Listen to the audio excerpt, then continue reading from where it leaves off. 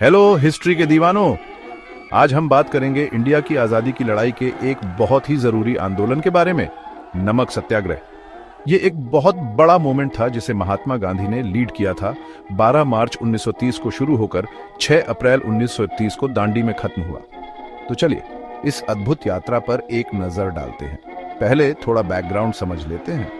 British सरकार ने Indians पर बहुत सारे गलत टैक्स लगा रखे थे, जिनमें से सबसे ज्यादा बदनाम था नमक का टैक्स। सोचो, अपने ही देश में नमक बनाने और बेचने की इजाजत ना हो। नमक तो जिंदगी की जरूरत है, फिर भी अंग्रेजों ने इस पर इतना भारी टैक्स लगाया हुआ था कि आम लोगों के लिए नमक महंगा हो गया था। गांधी जी को यह बहुत बड़ा अन्याय लगा।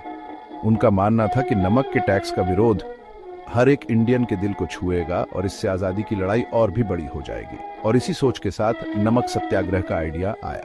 12 मार्च 1930 को गांधी जी अपने 78 साथियों के साथ अहमदाबाद के साबरमती आश्रम से दांडी के लिए निकल पड़े। ये कोई छोटा मोटा काम नहीं था। 240 मील का सफर पैदल 44 दिन में पूरा करना। रास्ते में गांधी जी कई गांवों में रुके, लोगों को भाषण दिए और अंग्रेजों के जुल्म के खिलाफ शांतिपूर्ण विरोध में शामिल होने के लिए कहा।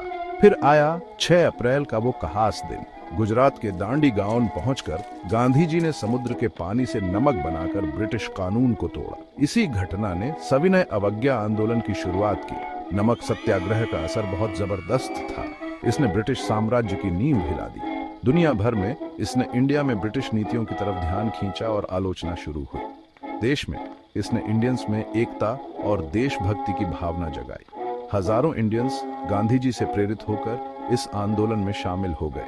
लगभग 60,000 लोग, जिनमें गांधी जी भी शामिल थे, गिरफ्तार कर लिए गए। इस आंदोलन में महिला नेताओं जैसे कमला नेहरू और सरोजिनी नायडू ने भी बहुत अहम भूमिका निभाई। नमक सत्याग्रह के बाद मार्च 1931 में गांधी इरविन समझौता हुआ। कई कैदियों को रिहा कर दिया गया और गांधी जी लंदन में गोलमेज सम्मेलन में शामिल होने के लिए तैयार हो गए। अंत में नमक सत्याग्रह सिर्फ नमक के टैक्स के खिलाफ एक विरोध नहीं था, ये एक बहुत बड़ा मोड़ था जिसने अहिंसक प्रतिरोध की ताकत दिखाई और 1947 में इंडिया की आजादी का रास्ता साफ किया। इसने अन्याय के खिलाफ एकजुट लोगों की ताकत दिखाई और इंडिया की आजादी की लड़ाई के इतिहास में एक प्रेरणादायक अध्याय बना हुआ है।